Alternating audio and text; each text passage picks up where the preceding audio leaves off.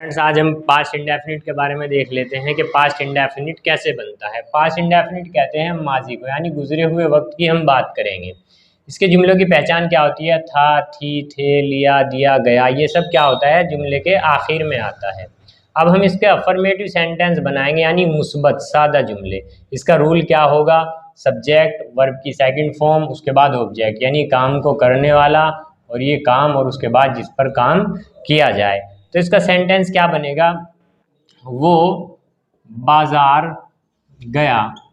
कैसे बनाएंगे? सबसे पहले सब्जेक्ट आ जाएगा, सब्जेक्ट है इसमें जाने वाला ही, second form went to market, वो बाजार गया। उसके बाद आ जाएगा उसने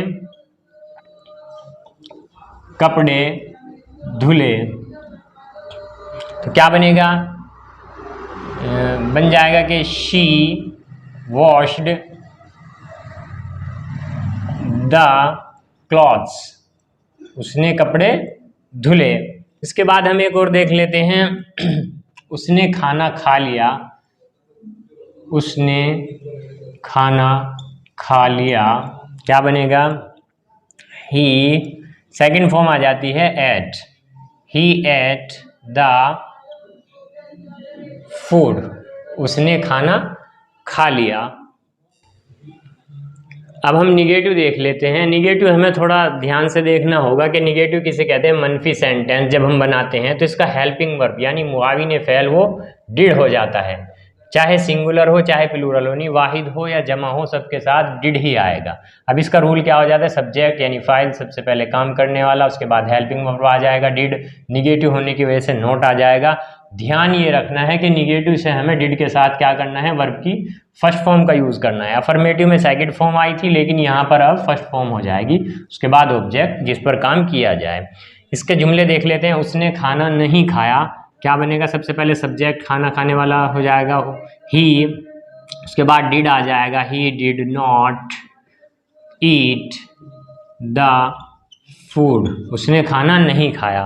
वो घर नहीं गया, क्या बनेगा? He did not go to house, वो घर नहीं गया। मैंने कपड़े नहीं धुले, क्या बनेगा? I did not wash the clothes, मैंने कपड़े नहीं धुले। अब हम अगर इसी का इंट्रोगेटिव बनाते हैं तो सिर्फ हमें क्या करना होता है? जो हेल्पिंग वर्ब होता है हमारा डिड, उसको उठाकर शुरू में लेकर आ जाते हैं, यहीं से इंट्रोगेटिव बन जाता है।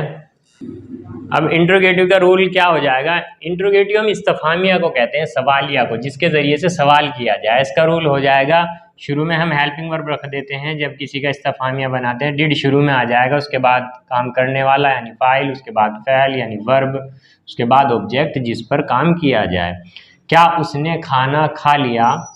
तो क्या बनेगा? शुरू में डिड आ जाएगा, did he eat the food, क्या उसने खाना खा लिया। क्या वो घर गया था? अब क्या बनेगा? Did he go to house, क्या वो घर गया था। क्या मैंने कपड़े धुल दिए?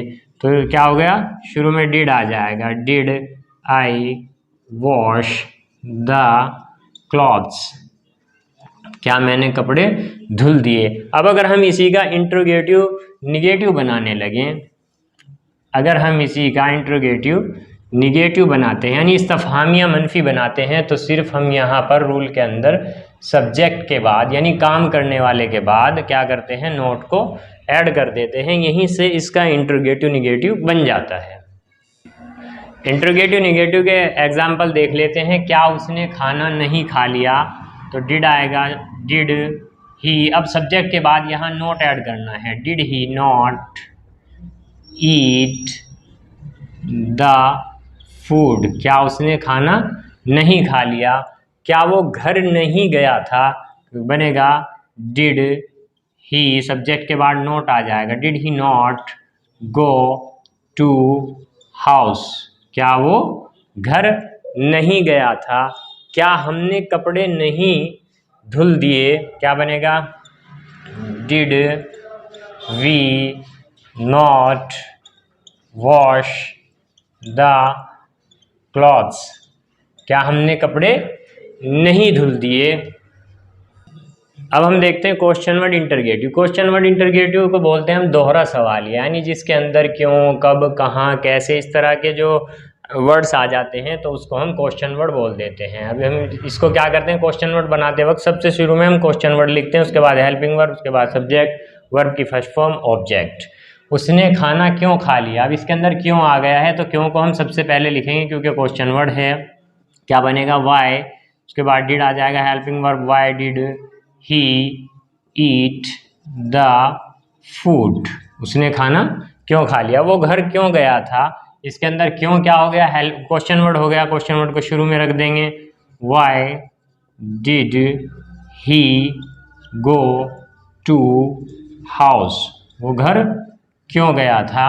उसके बाद हमने कपड़े कब धुल दिए, तो कब हो गया इसके अंदर question word, when did we wash the clothes, हमने कपड़े कब धुल दिए। अब अगर इसी का हमें क्वेश्चन वर्ड इंटरगेटिव निगेटिव बनाना हो तो क्या करेंगे, सिर्फ सब्जेक्ट के बाद हम यहाँ पर नोट ऐड कर देंगे, इसी का क्वेश्चन वर्ड इंटरगेटिव निगेटिव बन जाएगा। इसके सेंटेंस देख लेते हैं। उसने खाना क्यों नहीं खा लिया था, तो सबसे शुरू में आ जाएगा क्यों, वाई डिड ही, अब यहाँ पर नोट आ जाएगा सब्जेक्ट के बाद, why did he not eat the food, उसने खाना क्यों नहीं खा लिया था, वो घर क्यों नहीं गया था, वाई डिड ही नॉट आ जाएगा, why did he not go to house, वो घर क्यों नहीं गया था, हमने कपड़े क्यों नहीं धुले थे, वाई डिड वी, नोट आ जाएगा सब्जेक्ट के बाद, why did we not wash the clothes, हमने कपड़े क्यों नहीं धुले थे। ये हमारा पास्ट इंडेफिनिट पूरा हो गया है। अब हम इसका प्रैक्टिस सेशन देख लेते हैं।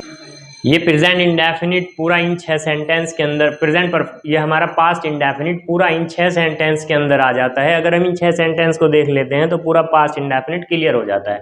आई वेंट, मैं गया, आई डिडंट गो, मैं नहीं गया, डिड आई गो, क्या मैं गया, डिड आई नॉट गो, क्या मैं नहीं गया, वाई डिड आई गो, मैं क्यों गया, why did I not go, मैं क्यों नहीं गया। I went affirmative, I did not go, negative, did I go, interrogative, did I not go, interrogative negative, why did I go, question word interrogative, why did I not go, question word interrogative negative. 6 का 6 sentence के अंदर पूरा past indefinite आ जाता है। आप इसकी practice कर सकते हैं।